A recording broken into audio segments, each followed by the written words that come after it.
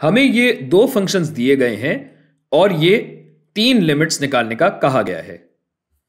अब -2 पे अगर आप देखें तो ना तो f ऑफ x की कोई हद है और ना ही g ऑफ x की। तो क्या f of x plus g of x की हद नहीं होगी?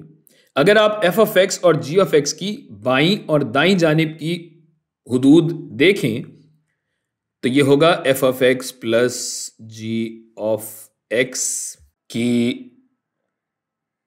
हद मैं देखूं 2 की तरफ दाईं समत से यानी मुस्बित समत से अगर मैं आऊं तो मेरी हद बनती है 3। इसमें अगर मैं जमा करूं g ऑफ x की हद अगर मैं दाईं जानिब से आऊं 2 की तरफ तो ये हद बनती है 1। यानी f ऑफ x जमा g ऑफ x की हद निकालने के लिए मैं f ऑफ x की और g ऑफ x की दाईं जानिब की हुदूद को जमा करूंगा जिससे मेरा जवाब आएगा 4।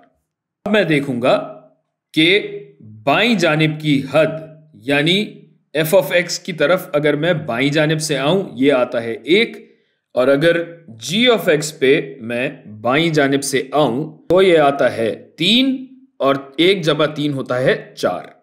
क्योंकि दाईं और बाईं जानिब की हुदूद बराबर हैं लिहाजा ये हमारा जवाब है 4। याद रखिए कि फंक्शंस की अपनी हुदूद हो या ना हो इन दोनों को जमा करने के बाद जो हद बनती है वो हमारा यहां पे जवाब बनेगा और वो जवाब है 4। इसी तरह दूसरे वाले पे आ जाए, काम वही करना है लेकिन अब हद कहां निकालनी है 1 पे, तो ये कर लेते हैं। तो वही मसला कि f की अगर मैं हद देखूं 1 पे तो यहां तो कुछ नहीं है जबकि g की हद यहां है। तो अगर मैं 1 की तरफ आऊं मुस्बित समत से यानी मैं बड़े से छोटे की तरफ जब आता हूं तो f की कदर क्या है? f की कदर है -1। ये सब हटा देते हैं, -1 आया, इसमें क्या जमा होगा? g की क्या हद है भाई? g की हद है 0 यानी ये बनेगा -1। अब आ जाइए 1 की तरफ मनफी समत से यानी बाईं जानिब से आएंगे तो बाईं जानिब से जब हम यहां बढ़ते हैं तो ये f ऑफ x की कदर क्या बनती है या हद क्या बनती है?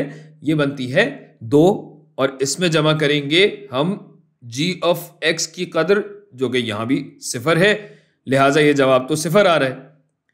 अब दाईं जानिब की और बाईं जानिब की हुदूद बराबर नहीं है लिहाजा यहां हम लिख देंगे डज नॉट एग्जिस्ट, इसका वजूद नहीं है भाई। इसको छोटा किया, इसको साइड पे लगाया, अब आ गए हम अगले हिस्से पे, अगले पार्ट पे। अब काम तो वही करना है और 1 पे ही करना है लेकिन अब क्या है कि ये दोनों जमा नहीं हो रहे, ये दोनों आपस में ज़रब दिए जा रहे हैं। ये क्लियर किया, ये क्लियर किया और ये सब हटा दिया हमने। और अब हम वही काम करेंगे, जो f ऑफ x की हद है 1 पे और जो g ऑफ x की हद है 1 पे, बाईं तरफ से और दाईं तरफ से, उन दोनों को हम निकालेंगे और उन्हें आपस में ज़रब दे देंगे। तो जो जमा हो रहा था उसको अब ज़रब देते हैं, पहले वाला भी 0 दूसरे वाला भी 0, जिसका मतलब यह है कि यहां पे हमारी हद क्या होगी? ये हमारी हद हुई 0।